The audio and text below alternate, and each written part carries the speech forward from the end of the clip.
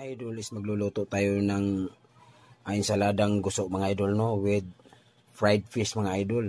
So wag na natin patagalin pa. Let's go mga idol. Salang na natin itong ating itong isda mga idol.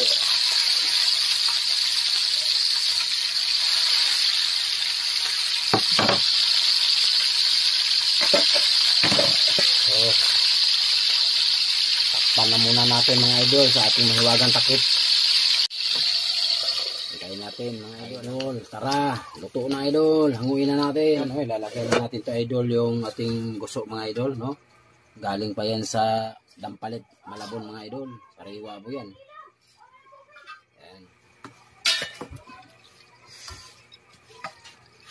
Sinitin lang natin idol na hindi malata yan.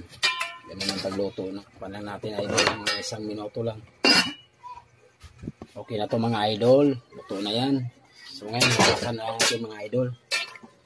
Ayan, hugasan na natin yan. So ngayon, ito na ating guso mga idol, no? So ilalagay na natin tong ating, ito po, luya, sili, sibuyas idol, kamatis. Yan po yung ating ensaladang guso idol. Asin, paminta idol, litsin, at siyempre ang ating mahiwagang sukaan idol. Mag-add tayo ng kunting mineral idol, tsaka haluin natin idol. Ito yung ating ensalada na guso mga idol, halamang dagat. Shout out sa nag-request nito mga idol.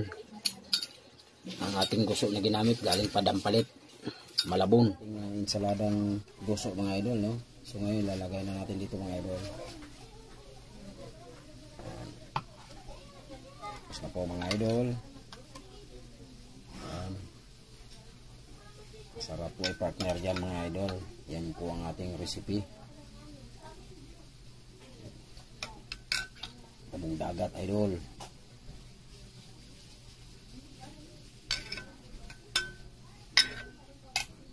Okay, thumbs up idol.